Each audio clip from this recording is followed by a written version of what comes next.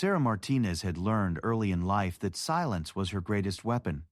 While others filled rooms with empty words, she observed, calculated, and prepared. For 3 years at Hartwell and Associates law firm, her colleagues saw only what she allowed them to see. A quiet paralegal who kept her head down, filed documents with precision, and never caused trouble.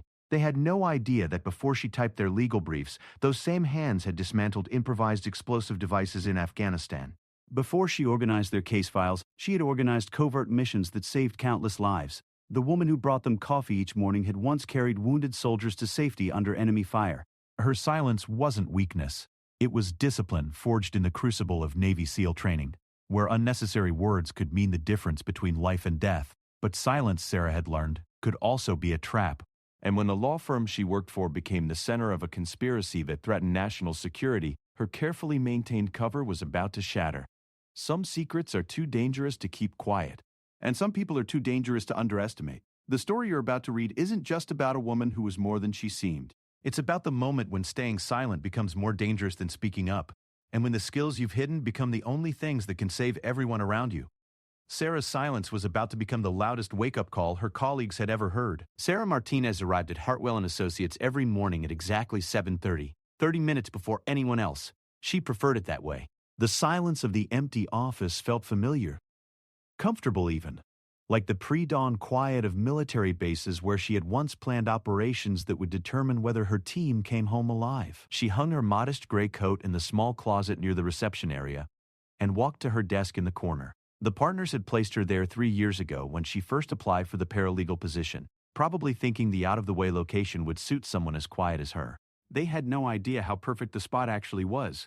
From her corner desk, Sarah could see every entrance, monitor all conversations, and observe everyone who entered or left the building. Old habits from her military days died hard. Her desk was organized with military precision, pens aligned perfectly parallel to each other, files stacked at exact right angles, and her computer screen positioned at the optimal angle for both work and surveillance. To her colleagues, it probably looked like the workspace of someone with mild obsessive tendencies. In reality, it was the command center of someone trained to notice everything and prepared for anything. Richard Hartwell, the senior partner, arrived at 8:15 as he did every Tuesday. Sarah watched him through her peripheral vision while appearing to focus on typing a brief. Hartwell was in his mid-50s, with salt and pepper hair that he kept perfectly styled and expensive suits that probably cost more than Sarah's monthly salary. He had the confident stride of a man who had never faced real danger, never had to make life or death decisions in split seconds. Sarah found such confidence both admirable and concerning. "Good morning, Sarah," he said as he passed her desk, barely glancing in her direction. His tone was polite but distant, the way people speak to furniture that happens to be capable of human speech. "Good morning, Mr. Hartwell," she replied in the soft, measured voice she had cultivated for this role. It was nothing like the clear, commanding voice she had used to coordinate rescue operations in hostile territory. "God damn it, I hate this massacre." That voice could cut through helicopter noise and gunfire. This voice was designed to blend into the background, to be easily forgotten. As Hartwell disappeared into his office, Sarah's trained eyes caught something unusual. His left hand was shaking slightly as he fumbled with his office keys, and there was a thin sheen of sweat on his forehead despite the cool morning air. His breathing was shallow and quick. These were signs Sarah had learned to recognize during her military service, signs of someone under extreme stress, possibly fear. The rest of the office began filling up around 8:30. Jennifer Walsh, the junior partner, clicked her way to her office in heels that announced her presence from the elevator.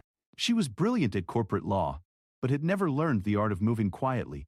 In Sarah's former world, Jenny would have been a liability on any operation requiring stealth. Here, she was simply another piece of the office ecosystem that Sarah had learned to navigate. Marcus Thompson, the other paralegal, arrived precisely at 9. He was fresh out of law school, eager and ambitious, with the kind of nervous energy that made Sarah's tactical instincts twitch. Marcus talked constantly, filling every silence with observations about cases, gossip about clients, or theories about office politics. Sarah had learned to nod at appropriate intervals while using his chatter as background noise to focus on more important observations. "Did you see that new client coming in today?" Marcus asked as he settled into his desk across from Sarah's workstation. "Some kind of defense contractor. Big money, according to Jenny." Sarah's fingers paused over her keyboard for just a fraction of a second before continuing to type. Defense contractors were a sensitive subject for her, given her background.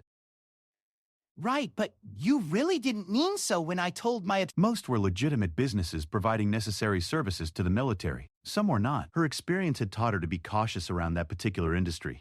I hadn't heard, she replied neutrally, though she made a mental note to pay closer attention to the day's appointments. The morning proceeded with its usual rhythm. Sarah processed legal documents, organized case files, and managed correspondence with the quiet efficiency that had made her valuable to the firm. But beneath the surface routine, her mind was working on multiple levels, analyzing patterns and filing away details that most people would dismiss as unimportant. At 10:15, she noticed that Hartwell had made 3 phone calls in rapid succession, each lasting less than 2 minutes. Short calls usually meant either very good news or very bad news, and given his earlier signs of stress, Sarah suspected the latter. She made a mental note of the timing and continued with her work. The new client arrived at 11:30. Sarah heard him before she saw him. Expensive shoes on marble flooring, the subtle creak of leather that suggested either a high-end briefcase or shoulder holster, and the measured breathing of someone accustomed to physical fitness. When he rounded the corner into her line of sight, her assessment was confirmed. The man was in his 40s with the bearing of former military. His suit was well-tailored but practical, and his eyes swept the room with the kind of systematic scan that Sarah recognized from her own training. This was someone who had been taught to assess threats and escape routes as naturally as breathing. His handshake with Hartwell was firm and brief, and Sarah noticed that he kept his back to the wall while they talked in the reception area. "Sarah, this is David Coleman, from Titan Defense Solutions," Hartwell said, his voice carrying a forced cheerfulness that didn't match the tension in his shoulders. "He'll be working with us on some new contracts." Sarah looked up from her computer screen and smiled politely. "Nice to meet you, Mr. Coleman." Coleman's eyes met hers for just a moment, and Sarah felt a chill of recognition. Not personal recognition. She had never seen this man before. But she recognized something in his gaze, a calculating assessment that reminded her of mission briefings where she had been evaluated as either an asset or a potential threat. This was not the look of a businessman meeting a paralegal. "Pleasure," Coleman replied, his voice neutral and controlled. As Hartwell led Coleman toward his office, Sarah pretended to return to her typing while actually observing their body language. Hartwell's movements were jerky and nervous, while Coleman moved with the fluid confidence of someone comfortable with violence. Sarah had seen that particular combination before, usually in situations where someone with clean hands was being pressured by someone with very dirty ones. The meeting lasted 45 minutes. Sarah timed it while working on other tasks, a skill she had developed during surveillance operations where timing could provide crucial intelligence. When Coleman emerged from Hartwell's office, his expression was unreadable, but Hartwell looked like a man who had just received a terminal diagnosis. "Thank you for your time, Richard," Coleman said as they shook hands again. "I'll be in touch very soon." After Coleman left, Hartwell stood in the reception area for several minutes, staring at nothing. Sarah watched him from her peripheral vision, noting the way his hands clenched and unclenched, the shallow breathing, the pale complexion. These were the physical signs of someone facing a crisis they felt unprepared to handle. "Mr. Hartwell?" Jennifer Walsh's voice cut through his reverie. "Are you all right? You look a bit pale." Hartwell snapped back to the present and forced a smile. "Just tired, Jenny. Long morning. Could you ask Sarah to pull the Morrison Industries files? I need to review something." Sarah had already anticipated the request and had the files ready within minutes. As she placed them on Hartwell's desk, she noticed that his hands were trembling slightly as he reached for them. Up close, she could see that the stress was taking a physical toll. His eyes were bloodshot, there were new lines around his mouth, and his usually perfect hair was slightly disheveled. "Is there anything else you need, Mr. Pollock?" "Hartwell?" she asked in her carefully modulated voice. He looked up at her, and for a moment Sarah saw something unexpected in his expression. It wasn't just fear, it was the look of someone who wanted to ask for help but didn't know how. In her military experience, that was one of the most dangerous states of mind. People who felt trapped and helpless sometimes made decisions that put everyone around them at risk. "No, that's everything." "Thank you, Sarah," he said, but his tone suggested that everything was very far from fine. The rest of the day passed quietly, but Sarah remained alert to the undercurrents of tension that seemed to flow through the office like an invisible current. Marcus continued his usual chatter about cases and clients, apparently oblivious to the atmosphere. Jennifer focused intensely on her work, but Sarah noticed that she glanced toward Hartwell's office more frequently than usual. At 3 o'clock, Sarah was filing documents in the storage room when she overheard part of a phone conversation from Hartwell's office. His voice was low and urgent, though she could only catch fragments through the wall. Told you I need more time. Not that simple. People will get hurt. Can't just make this disappear. Sarah continued filing while processing what she had heard. The tone and content suggested that Hartwell was being pressured into something he didn't want to do, something that might involve danger to others. Her instincts, honed by years of military service, told her that this situation was escalating toward a crisis point. As the workday ended, Sarah maintained her usual routine. She organized her desk, backed up her computer files, and prepared to leave at exactly 5:30. But unlike her typical evenings, she would not be going directly home to her small apartment. Tonight, she would be conducting reconnaissance. Sarah Martinez had spent 3 years building a reputation as the quiet, unremarkable paralegal who caused no trouble and attracted no attention. She had worked hard to become invisible, to create a life where no one looked too closely at her background or asked comfortable questions about her skills. But as she walked to her car in the parking garage, Sarah's mind was already shifting into operational mode. Her civilian cover had served its purpose, but if her instincts were correct, that cover might soon become more of a liability than an asset. Some situations required Sarah Martinez, the quiet paralegal. Others required the skills and instincts of Petty Officer Sarah Martinez, former Navy SEAL. Tonight, she would determine which version of herself the situation demanded. The silence she had maintained for 3 years was about to be broken, but not in the way anyone at Hartwell & Associates could possibly imagine. Sarah's apartment was a study in carefully constructed normalcy. The furniture was modest but comfortable. The decorations were pleasant but unremarkable, and nothing about the space would make a casual visitor think twice about the woman who lived there. But like Sarah herself, the apartment had hidden depths that told a very different story. Behind the false wall in her bedroom closet was a secured storage area that contained equipment most civilians would never see outside of action movies. Night vision goggles, tactical communication devices, and specialized tools for surveillance and infiltration were organized with the same precision as her office desk. She also kept emergency cash, multiple sets of identification, and detailed escape routes from the city mapped out in waterproof containers. Sarah changed from her office clothes into dark, practical clothing designed for nighttime observation work. Black cargo pants with reinforced knees, a dark sweater that wouldn't snag on fences or building facades, and boots with soft soles that made virtually no sound on pavement or stairs. Over this, she wore a jacket with multiple hidden pockets containing small tools and devices that might prove useful. Her target for the evening was David Coleman. Sarah had memorized his license plate number during his visit to the office, and a few discreet inquiries through channels she preferred not to think about too closely had provided his hotel information. Coleman was staying at the Meridian downtown, an expensive business hotel that catered to the kind of travelers who paid cash and asked few questions. Sarah positioned herself in a coffee shop across the street from the hotel at 7 o'clock, ordering a large coffee and settling into a corner table with a clear view of the hotel entrance. To anyone watching, she looked like a woman killing time before meeting friends for dinner. In reality, she was conducting a surveillance operation with the same professional standards she had once applied in considerably more dangerous situations.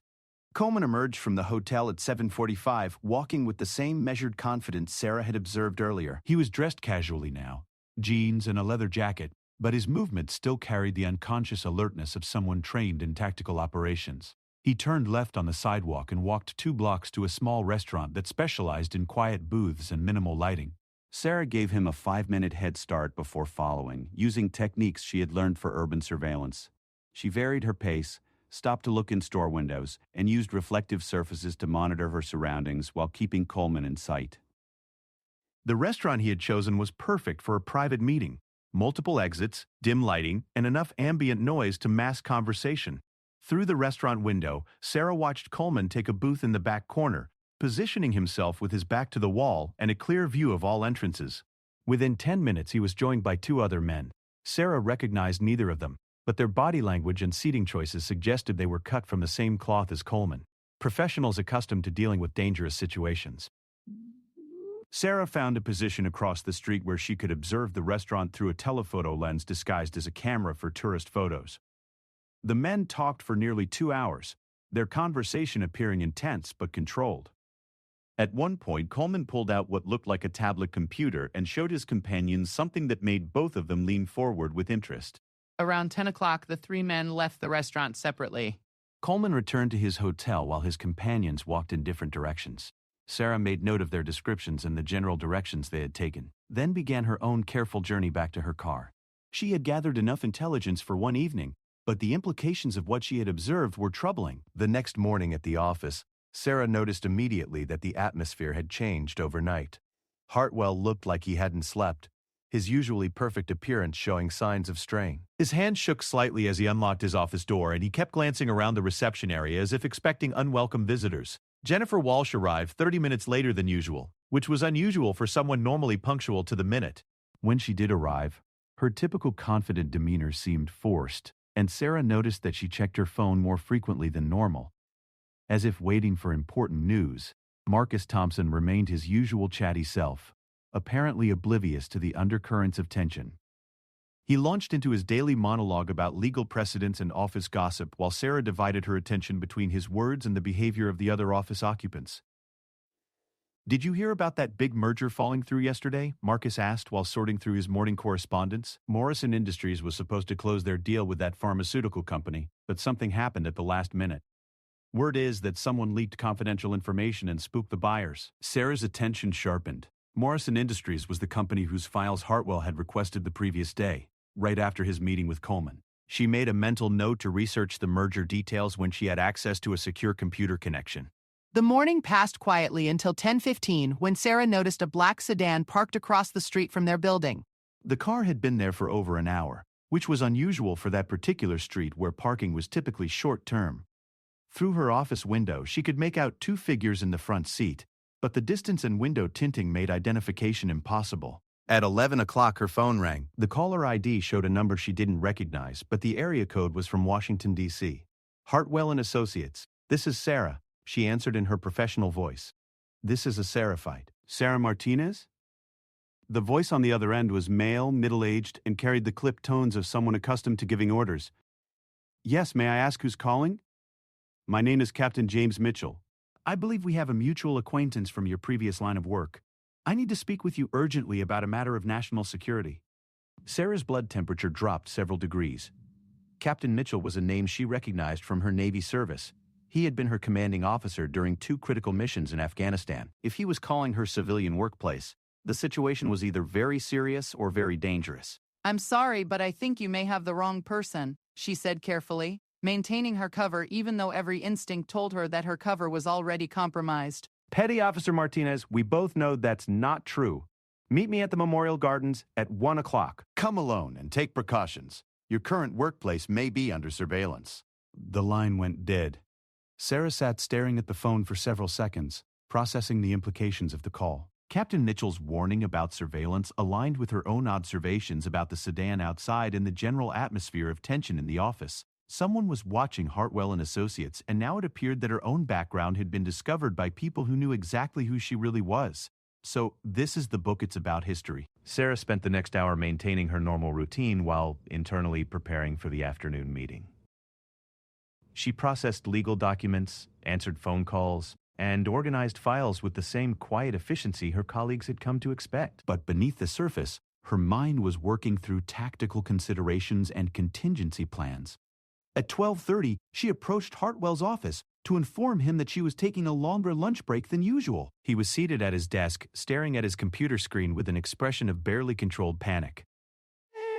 When she knocked on his doorframe, he looked up with the startled reaction of someone whose nerves were stretched to the breaking point. "Mr. Hartwell, I wanted to let you know that I'll be taking an extended lunch today. I have a medical appointment." He nodded absently, then seemed to focus on her with more attention. "Sarah, have you noticed anything unusual around the office lately? Anyone asking questions about our clients or cases?" The question confirmed Sarah's suspicions that Hartwell was aware of being under some form of scrutiny. She chose her words carefully, wanting to gather information without revealing her own observations. "Nothing specific, sir. Is there something I should be watching for?" Hartwell hesitated, and Sarah could see him wrestling with how much to reveal. Just keep an eye out for anyone who seems overly interested in our work. If someone asks you questions about our cases or clients, please let me know immediately." "Of course, Mr. Hartwell." As Sarah left the office building, she confirmed that the black sedan was still in position across the street. Using reflective surfaces and peripheral vision, she also identified at least one person conducting foot surveillance. A woman in business attire who had been in the building lobby when Sarah arrived that morning and was now standing at a bus stop with no apparent intention of boarding any buses. The Memorial Gardens were located in the center of downtown, a small park surrounded by government buildings and corporate offices. The location was both public enough to discourage violence and secure enough to permit confidential conversation if proper precautions were taken. Sarah arrived 15 minutes early and used the time to conduct counter-surveillance, identifying potential threats and escape routes. Captain Mitchell was exactly as she remembered him. 6 feet tall, gray hair cut to military standards, and the bearing of someone accustomed to command responsibility. He wore a civilian suit now, but his posture and movement patterns marked him unmistakably as career military. They met at a bench near the memorial statue, far enough from other park visitors to speak privately, but visible enough to discourage eavesdropping attempts. "It's good to see you again, Sarah," Mitchell said as they shook hands. His grip was firm and brief, a professional greeting between former colleagues. "Captain Mitchell, I have to admit I'm surprised to hear from you, and concerned about how you found me." Mitchell's expression grew serious. "Your concern is justified. Your cover has been compromised, though not through any fault of your own. The law firm where you work has become involved in a situation that threatens national security, and your background was discovered during the investigation." Sarah felt her carefully constructed civilian life beginning to crumble around her. What kind of situation? Hartwell and Associates has been handling legal work for several defense contractors involved in classified projects. Someone has been using the firm to launder information and money to foreign agents. We believe your boss may be an unwilling participant being coerced into cooperation. The pieces began falling into place for Sarah. Hartwell's obvious stress, the meeting with Coleman, the surveillance around the office, it all fit the pattern of an operation designed to compromise legitimate businesses for illegal purposes. "What do you need from me?" she asked. "We need someone inside the firm who can gather intelligence about the scope of the operation and identify the key players." What is it then? "Someone with your skills and training. Someone who's already in position and trusted by the targets." Sarah considered the implications. Accepting the mission would mean abandoning the quiet life she had worked so hard to build. It would mean risking exposure and the possibility of violence, but it would also mean using her skills to protect national security and potentially save innocent people from becoming unwilling tools of foreign agents. What kind of support would I have? Minimal. This operation has been compromised at multiple levels, so we're keeping the team very small. You would be essentially on your own until we can determine who can be trusted.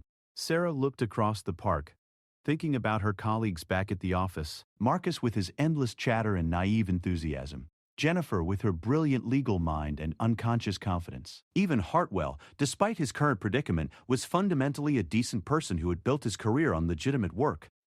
How much time do I have to decide? None. Intelligence suggests that the operation is moving to its final phase. Whatever they're planning, it's going to happen within the next few days. Sarah turned back to Mitchell and nodded. "What do you need me to do?" The quiet paralegal who had arrived at the park was about to disappear forever. In her place would be Petty Officer Sarah Martinez, conducting the most important mission of her career in the most unlikely of battlefields. A law office where secrets and silence had become weapons in a war that most people didn't even know was being fought. Sarah returned to the office with a completely different mindset than the one she had left with 2 hours earlier. On the surface, she remained the same, quiet, efficient paralegal that her colleagues had known for 3 years. But internally, she was now operating as a Navy SEAL conducting an intelligence mission in hostile territory. Her first priority was to establish secure communication with Captain Mitchell. During her lunch break, she had been given an encrypted communication device disguised as a standard smartphone. The device looked identical to any other phone but could send and receive messages through military-grade encryption that would be virtually impossible for hostile agents to intercept or decode. Her second priority was to identify the full scope of the operation being conducted through Hartwell and Associates. This meant gaining access to files, communications, and client information that went far beyond her normal paralegal duties. Sarah would need to use skills she hadn't employed since her military service: lockpicking, electronic surveillance, and document photography under time pressure. The afternoon proceeded with deceptive normalcy. Marcus continued his usual pattern of chattering about legal cases while working through his assignments. Jennifer remained focused on her corporate law practice, though Sarah noticed she made several phone calls that seemed to make her increasingly anxious. And Hartwell stayed in his office with the door closed, emerging only for brief conversations that appeared strained and uncomfortable. At 3:30, Sarah received another visitor that confirmed her worst suspicions about the situation. David Coleman returned to the office, but this time his demeanor was noticeably different. Where his previous visit had been professional but tense, this one carried an undercurrent of barely controlled menace. "Mr. Coleman to see Mr. Hartwell," he announced to Sarah, his voice carrying the flat tones of someone delivering an ultimatum rather than requesting a meeting. "I'll let him know you're here," Sarah replied, maintaining her professional facade while internally cataloging every detail about Coleman's appearance and behavior. He was wearing the same type of expensive suit as before, but his jacket hung slightly differently, suggesting he might be carrying a weapon. His eyes swept the office with the systematic attention of someone checking for threats or changes since his last visit. Hartwell emerged from his office within 30 seconds, moving with the hurried steps of someone responding to an emergency. His face was pale and his hands were visibly shaking as he approached Coleman. David, I wasn't expecting you until tomorrow, Hartwell said, his voice carefully controlled but carrying clear undertones of fear. "Plans change. Richard, we need to talk. Now." Sarah watched the two men walk toward Hartwell's office, noting the body language that told a clear story of power and intimidation. Coleman walked slightly behind Hartwell, but close enough to control his movements. Hartwell's shoulders were hunched defensively and his gait was unsteady. This was not a business meeting between equals. This was a predator managing his prey. The meeting lasted only 20 minutes, but when it ended, Hartwell looked like a man who had received a death sentence. This is the book. It's about history today. Coleman left without acknowledging anyone else in the office, but Sarah noticed that he paused at the reception area to scan the room. One more time, his gaze lingering on her desk for several seconds longer than would be normal for a casual glance. After Coleman's departure, Sarah made a decision that went far beyond her paralegal responsibilities. She needed to get inside Hartwell's office and examine whatever documents or communications were driving his obvious terror. This meant conducting a covert search during office hours with colleagues present and potential surveillance watching the building. Her opportunity came at 4:15 when both Hartwell and Jennifer left the office for what Jennifer announced as a brief client meeting. Marcus was deeply absorbed in researching a complex corporate law case and had his headphones on, listening to legal podcasts while he worked. This gave Sarah a window of perhaps 30 minutes to conduct her search. She waited 5 minutes to ensure that Hartwell and Jennifer were truly gone, then approached Hartwell's office door. The lock was a standard commercial-grade mechanism that Sarah could defeat in under 90 seconds, using tools she carried in her everyday purse. Her military training had included extensive instruction in covert entry techniques, skills that she had hoped never to use in civilian life. Hartwell's office was organized much like Sarah's own workspace. Everything in its proper place, files neatly labeled, and documents carefully sorted. But unlike her desk, Hartwell's showed signs of recent stress. Papers were stacked unevenly. His usually immaculate desk calendar had coffee stains, and several file folders appeared to have been hastily stuffed with documents rather than properly organized. Sarah began her search with the desktop computer, using techniques she had learned for rapid data extraction under time pressure. Hartwell's email revealed a pattern of communication that painted a disturbing picture. Over the past 6 months, he had been receiving increasingly aggressive messages from Coleman and his associates, demanding legal services that clearly went beyond normal business practices. The emails detailed requests for Hartwell to process contracts for companies that Sarah recognized as front organizations. Businesses that existed on paper but had no legitimate operations. These contracts involved large sums of money being transferred through multiple shell companies, a classic money laundering pattern that Sarah had seen during counterterrorism operations. More troubling were recent emails that made explicit threats against Hartwell's family if he refused to continue cooperating. Coleman's organization had photographed Hartwell's wife and teenage daughter, sending images that made clear they knew the family's daily routines and could reach them at any time. No wonder Hartwell was terrified. His compliance was being ensured through the most effective means possible. Sarah photographed the relevant emails using her secure phone, ensuring that she captured not just the content but also the technical details that might help trace the communications back to their source.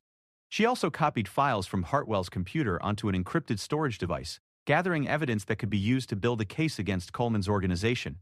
In the desk drawers, she found handwritten notes that revealed the true scope of the situation.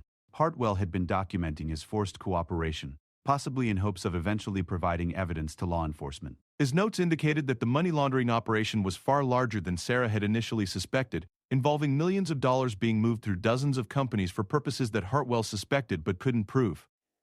The most disturbing discovery was a list of names that Hartwell had compiled, people within various government agencies and defense contractors who appeared to be cooperating with Coleman's organization. Some of the names Sarah recognized from her military service, people who had access to classified information that could compromise national security if it fell into the wrong hands. Sarah was photographing the last of Hartwell's notes when she heard voices in the reception area. Hartwell and Jennifer had returned from their meeting earlier than expected. Sarah quickly returned everything to its original position and prepared to exit the office. But she could hear their footsteps approaching down the hallway. With no time to pick the lock again from the inside, Sarah made a tactical decision that would have seemed insane to anyone not trained in covert operations. She opened Hartwell's office window and stepped onto the narrow ledge that ran around the building's exterior. From there, she could work her way along the ledge to the window of the supply room, which she knew was always left unlocked. The ledge was only 6 inches wide and they were on the 4th floor. But Sarah's military training had included extensive work in high-risk environments. She moved carefully but confidently along the building's exterior, keeping her body pressed against the wall and using her fingertips to maintain balance. To anyone watching from the street, she would be virtually invisible against the building's dark facade. Sarah reached the supply room window and slipped inside just as she heard Hartwell entering his office. Her timing had been perfect, but the close call reminded her that she was operating in an environment where any mistake could be fatal, not just to her mission, but potentially to Hartwell's family and anyone else caught in Coleman's web of coercion. Why did you see you are disabled and pay comeback in 1977? She returned to her desk and resumed her normal work routine, but her mind was racing through the implications of what she had discovered. Coleman's organization was using Hartwell and Associates to launder money for what appeared to be foreign agents. They were extorting cooperation through threats against innocent family members, and they had corrupted individuals within the U.S. government and defense establishment who were providing them with classified information. Sarah sent an encrypted message to Captain Mitchell, providing a brief summary of her findings and requesting immediate backup. But she knew that help was unlikely to arrive in time to prevent whatever final phase Coleman had planned. Based on the timeline she had observed in Hartwell's communications, the operation was moving toward completion within the next 48 hours. As the workday ended, Sarah maintained her usual routine of organizing her desk and preparing to leave. But she also made careful note of the surveillance assets that remained in position around the building. The black sedan was still present, and she had identified at least 2 additional vehicles that appeared to be conducting coordinated observation of the office building. More concerning was the presence of Coleman himself in a coffee shop across the street. He was positioned where he could watch both the building's main entrance and the parking garage exit. This suggested that the surveillance operation had shifted from passive observation to active preparation for some type of intervention.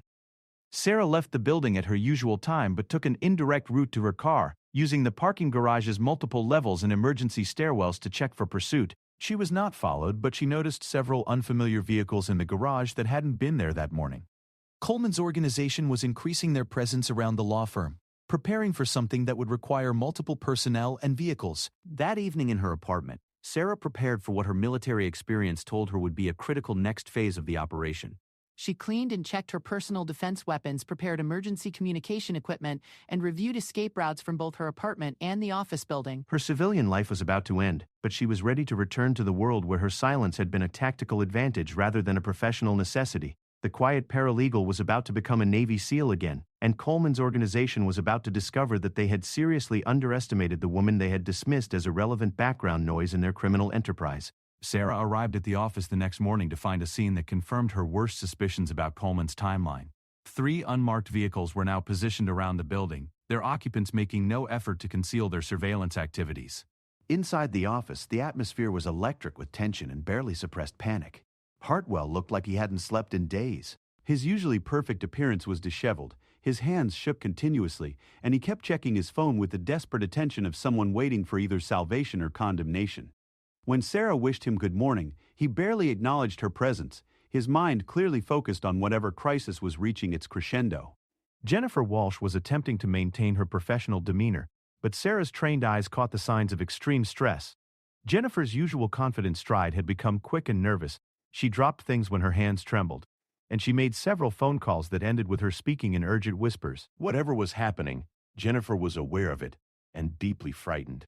Marcus Thompson remained oblivious to the undercurrents, chattering his way through the morning routine with his usual enthusiasm for legal precedents and office gossip. His immunity to the crisis around him would have been amusing under other circumstances, but Sarah realized that his ignorance might actually be his best protection. Coleman's organization had no reason to view him as a threat if he remained unaware of what was really happening. At 9:15, Sarah's encrypted communication device vibrated with an incoming message from Captain Mitchell. The message was brief but alarming. Operation moving to final phase today. Multiple federal agencies compromised. You are on your own until we can secure backup. Exercise extreme caution. The message confirmed what Sarah had suspected from her analysis of Hartwell's files. Coleman's organization had infiltrated law enforcement and intelligence agencies deeply enough to monitor official investigations and stay ahead of any government response. This meant that calling for help through normal channels would likely result in warning the very people they were trying to catch. Sarah was on her own in the middle of a hostile operation, with civilians around her who had no idea they were in danger.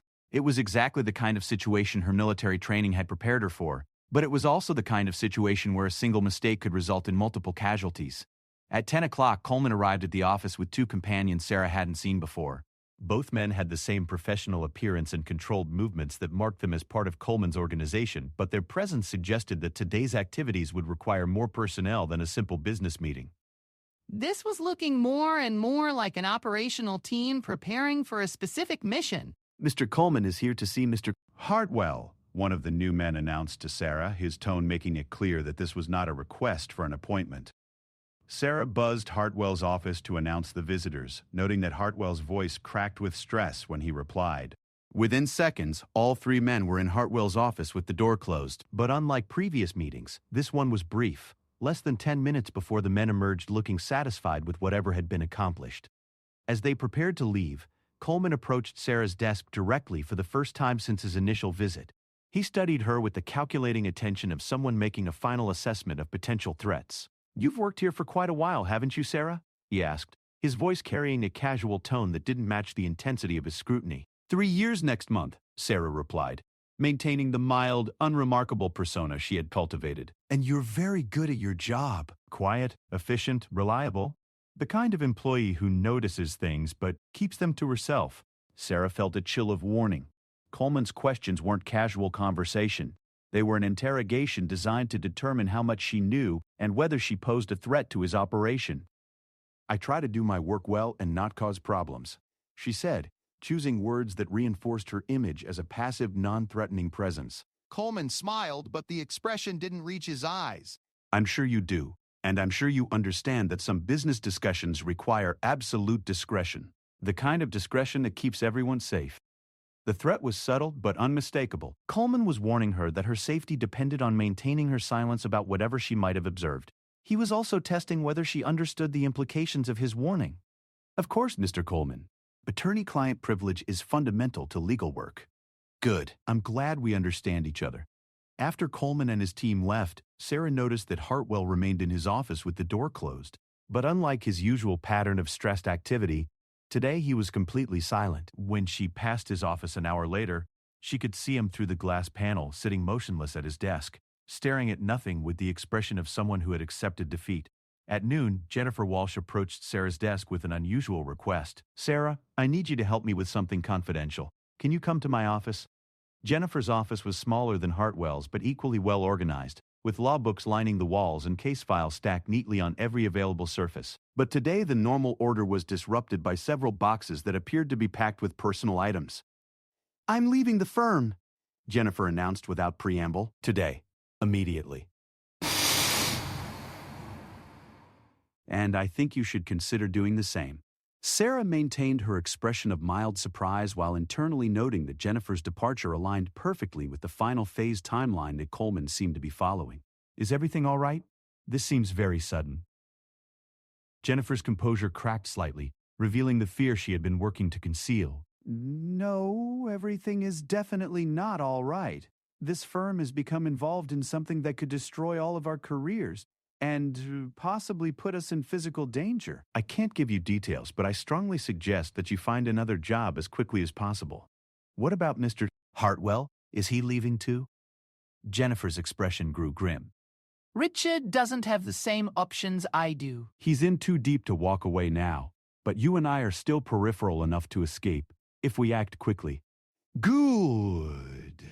Jennifer's warning crystallized Sarah's understanding of the situation. Coleman's organization was moving to the final phase of their operation, which apparently involved disposing of witnesses and evidence that could expose their activities. Jennifer had recognized the danger in time to flee, but Hartwell was trapped by whatever hold they had over him. Sarah helped Jennifer carry her boxes to her car, using the opportunity to observe the continued surveillance around the building. The number of watchers had increased again, and several of them were now carrying bags or briefcases that could contain weapons or equipment for whatever operation was planned. After Jennifer's departure, the office felt eerily quiet despite Marcus's continued chatter. Sarah realized that she and Marcus were now the only employees remaining in a law firm that had become the center of a criminal conspiracy involving millions of dollars and potential threats to national security. At 2 o'clock, Sarah made a decision that would have shocked anyone who knew her as the quiet, compliant paralegal. She accessed Hartwell's office computer remotely using advanced techniques she had learned during her military service. The remote access allowed her to monitor his communications in real time, which revealed that Coleman's final phase was scheduled to begin at 5 o'clock that afternoon. The plan, outlined in a series of encrypted messages that Sarah was able to decode, involved transferring the remaining laundered funds to offshore accounts, destroying all evidence of the money laundering operation, and eliminating potential witnesses who could compromise the organization's activities. Hartwell was scheduled to transfer the final funds and then accompany Coleman's team to an undisclosed location for what the messages euphemistically described as debriefing. Sarah knew that people who went to undisclosed locations for debriefing in operations like this rarely returned. Coleman's organization was planning to murder Hartwell once he had completed his final usefulness to their money laundering scheme. She also realized that her own position had become untenable. Coleman's earlier conversation with her had been a final assessment, and his organization had clearly decided that she knew too much to be left alive. Sarah Martinez, the quiet paralegal, was scheduled to become another casualty of an operation that had been planned with ruthless efficiency. But Sarah Martinez was not just a paralegal. She was a Navy SEAL with extensive training in exactly the kind of high-stakes operations that Coleman's people were conducting. And unlike Hartwell, she was neither trapped nor helpless. At 3 o'clock, Sarah began preparing for a mission that would determine whether Coleman's organization completed their operation successfully or discovered that they had seriously underestimated their opposition. Her 3 years of silence and careful observation had given her extensive knowledge of the office building, the surrounding area, and the patterns of behavior followed by Coleman's surveillance team. Sarah's military training had taught her that the best time to strike was when the enemy believed they had complete control of the situation. Coleman's people were confident that they were dealing with frightened civilians and a trapped attorney. They had no idea that one of their targets was a highly trained operative who had been gathering intelligence about their operation for weeks. The quiet paralegal was about to remind them why underestimating women had been a fatal mistake throughout military history. Sarah's silence was ending, but it would be replaced by something far more dangerous than words. The precise lethal action of a Navy SEAL protecting innocent civilians from enemies who had made the mistake of thinking that quiet meant weak. Sarah spent the afternoon operating on two distinct levels. On the surface, she continued her paralegal duties, processing documents and answering phones with the same quiet efficiency that had defined her role for 3 years. But beneath that familiar routine, she was conducting final preparations for a military operation that would determine whether innocent people lived or died. At 3:30, she sent Marcus home early with a fabricated story about toxic fumes from a cleaning chemical that required the building to be evacuated. Marcus, trusting and unsuspecting as always, gathered his belongings and left without question, chattering about how he could use the extra time to research a complex case he was working on. His departure meant one less civilian in the danger zone when Coleman's operation began. Hartwell remained in his office, but Sarah could see through his glass partition that he was no longer working. Instead, he sat motionless at his desk, occasionally staring at family photos with the expression of someone saying goodbye. He had clearly accepted that today would end badly for him, but he had no idea that help was closer than he could possibly imagine. At 4 o'clock, Sarah made her final preparations. From her hidden equipment cache in the supply room, she retrieved tactical gear that transformed her from office worker to special operations soldier. A tactical vest concealed under her business jacket provided protection against small arms fire. Communication equipment allowed her to monitor Coleman's radio transmissions, and weapons that she had hoped never to use in civilian life were now necessary tools for protecting innocent lives. The building's security system became her first tactical advantage. During her 3 years at Hartwell and Associates, Sarah had studied every aspect of the building's layout, security protocols, and emergency systems with a thoroughness that had once allowed her to navigate hostile territory in Afghanistan. She knew which doors could be secured remotely, which corridors provided the best defensive positions, and how to control lighting and ventilation systems to create tactical advantages. At 4:30, Coleman's team began moving into final positions around the building. Sarah monitored their communications using equipment that allowed her to intercept their encrypted radio transmissions. The operation involved 8 personnel total, Coleman as the leader, 2 men to secure the building's exterior exits, 2 more to control the main floor and elevator access, and 3 others who would accompany Coleman to Hartwell's office for the final phase. Sarah realized that Coleman's team had planned their operation with professional competence, but they had made one critical mistake. They had planned for dealing with frightened civilians and possibly minimal police response. They had not planned for encountering military-trained opposition who understood their tactics and had been preparing countermeasures for weeks. At 4:45, Coleman entered the building with his 3-man team, moving with the confidence of professionals executing a well-rehearsed operation. Sarah tracked their progress using the building's internal security cameras, which she had access to through the main reception computer system. Coleman's team moved directly toward Hartwell's office, clearly intending to complete the money transfer and elimination of witnesses as quickly as possible. But Sarah was already in position in the conference room adjacent to Hartwell's office, armed and ready to intervene when Coleman revealed his true intentions. Through the thin walls, she could hear the conversation as Coleman's team entered Hartwell's office. "Richard, it's time to complete our business arrangement," Coleman announced, his voice carrying the false friendliness of someone who no longer needed to maintain pretenses. "The money transfers are finished," Hartwell replied, his voice shaking but determined. "Everything you demanded has been done. My family and I should be free to go now." Coleman's laugh was coldly amused. "I'm afraid that's not how this works, Richard. You know too much about our operation to simply walk away, and recent events have convinced us that your continued cooperation can no longer be guaranteed." Sarah heard the sound of weapons being drawn and knew that Coleman was revealing the true purpose of today's visit. Hartwell was about to be murdered in his own office, and Coleman's team would then search for any remaining evidence or witnesses before disappearing with the laundered money. "What about Sarah?" Hartwell asked, apparently realizing that the firm's paralegal would also be viewed as a potential threat.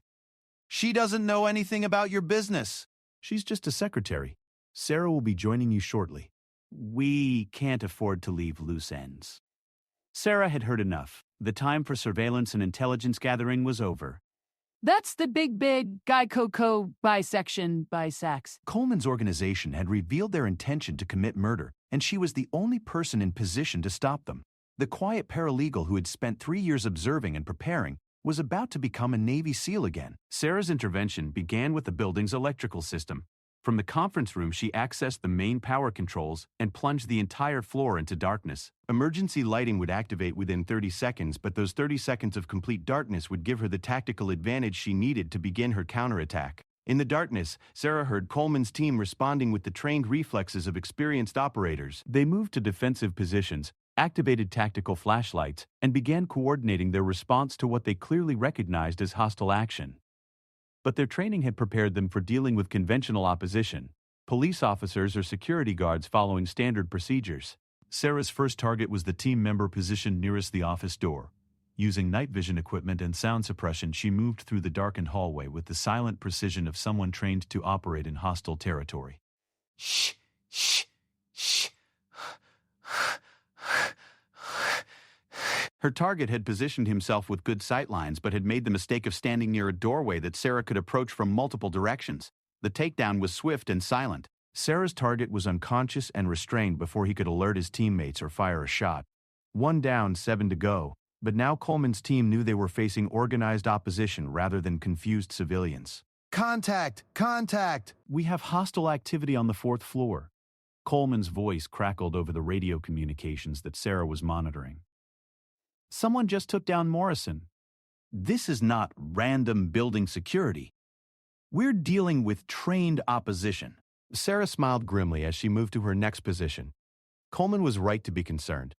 His well-planned operation was encountering the kind of opposition that could turn their tactical advantage into a deadly trap. But Coleman still had no idea who he was really fighting. The emergency lighting flickered on, bathing the hallway in dim red illumination that created dramatic shadows and limited visibility. Sarah used the lighting change to move to a new position near the elevator bank, where she could control access to the floor and monitor Coleman's team as they tried to adapt to their changed circumstances. Coleman's second mistake was trying to maintain his original mission rather than immediately withdrawing when faced with unexpected opposition. Professional criminals knew when to cut their losses and escape, but Coleman's team seemed determined to complete their operation despite clear signs that it had been compromised. Team 2 secured the stairwells. Team 3, clear the hallway and locate the hostel. I want this floor locked down in 5 minutes, Coleman ordered over the radio. But Sarah had spent 3 years learning this building's layout better than any blueprint could show. She knew which rooms had multiple exits, which corridors created tactical bottlenecks, and how to use the building's structure to force Coleman's team into positions where their numerical advantage became irrelevant. Sarah's second engagement took place in the supply room where she had hidden her equipment cache. 2 of Coleman's men had entered the room to search for potential threats, moving with tactical precision, but unaware that their target was already in position above them, concealed in the drop ceiling tiles. The engagement lasted less than 30 seconds. Sarah dropped from the ceiling behind the second man while simultaneously disabling the first with precise, non-lethal force. Both operatives were unconscious and restrained before they could warn their teammates or compromise Sarah's position. 3 down, 5 to go. But now Coleman realized that his team was being systematically eliminated by someone with professional military training. All teams abort mission and withdraw immediately, Coleman ordered, his voice tight with controlled anger. We're dealing with military opposition. Repeat, abort and withdraw. But Sarah had anticipated Coleman's withdrawal order and was already moving to prevent his escape. This is the book. It's about history of older Hootske and for dogs escape. Using her knowledge of the building's security systems, she had locked down the elevators and stairwell access doors, trapping Coleman's team on the 4th floor until they could deal with the opposition they had seriously underestimated. Stairwells are locked. Elevators are down. Someone has control of building security, one of Coleman's remaining men reported over the radio. Then we go through them, Coleman replied grimly. Find the hostel and eliminate them. We can't leave witnesses to this operation. Sarah realized that Coleman had made his final tactical error. Instead of recognizing that his operation had failed and focusing on escape, he was committing his remaining resources to hunting her down. This gave her the opportunity to engage his team on terms entirely of her choosing. The final confrontation took place in the law firm's main conference room, a large space with multiple entrances and excellent sightlines. Sarah had positioned herself where she could observe all approaches while maintaining superior defensive position. When Coleman and his 2 remaining men entered the room, they found themselves facing not a frightened paralegal, but a Navy SEAL in full tactical gear. Surprise, Sarah said, her voice carrying the calm confidence of someone who had been in far more dangerous situations and survived them all. Coleman's expression showed complete shock as he realized that the quiet woman he had dismissed as irrelevant background noise was actually a highly trained military operative who had been gathering intelligence about his organization for weeks. You're Sarah Martinez. Petty Officer Martinez. Navy SEAL Team 6, Coleman said, recognition dawning in his voice. You've been undercover here the whole time. Actually, I was just trying to live a quiet civilian life, Sarah replied, keeping her weapon trained on Coleman while monitoring his teammates from her peripheral vision. You people brought the war to me. Coleman's hand moved slowly toward his concealed weapon, testing whether Sarah would shoot to stop him. You know you can't hold us here forever. My organization has resources you can't imagine. I don't need to hold you forever, Sarah said calmly. Just long enough for federal agents to arrive. They should be here any minute now. As if summoned by her words, the sound of sirens began echoing from the street below. Captain Mitchell had received Sarah's intelligence reports and positioned federal agents to respond as soon as Coleman's team was contained. Coleman realized that his operation had not just failed, it had been completely compromised by someone he had never suspected posed any threat to his organization. The quiet paralegal had been gathering evidence that would destroy his money laundering network and expose the government officials who had been cooperating with foreign agents. You've been playing a very dangerous game, Coleman said as federal agents flooded into the building. Sarah smiled as she heard tactical teams securing the lower floors and moving toward their position. I learned from the best, and the first thing they taught me was that underestimating your opposition is usually fatal. As federal agents took Coleman and his team into custody, Sarah finally broke the 3 years of silence that had defined her civilian life. But her words weren't directed at Coleman or his captured operatives. Instead, she turned to Hartwell, who was staring at her with complete amazement. Hartwell, you're safe now. Your family is safe. And you'll have federal protection while you testify about everything Coleman forced you to do. Hartwell looked at the woman who had worked quietly at the corner desk for 3 years, processing his legal documents and organizing his files with unfailing efficiency. Who are you really? Sarah removed her tactical gear and straightened her business jacket, transforming back into the professional appearance that had been her cover for so long. I'm Sarah Martinez. I was your paralegal, and before that, I was someone who knew how to fight when fighting was necessary. The quiet woman who had been underestimated by everyone around her had just completed the most important mission of her military career, and she had done it by using the silence that others had mistaken for weakness as the perfect cover for gathering the intelligence that brought down an international criminal organization. Coleman had been right about one thing. Sarah had been playing a very dangerous game. But he had been wrong about who was really in control of that game. The silent observer in the corner had been the most dangerous person in the room all along,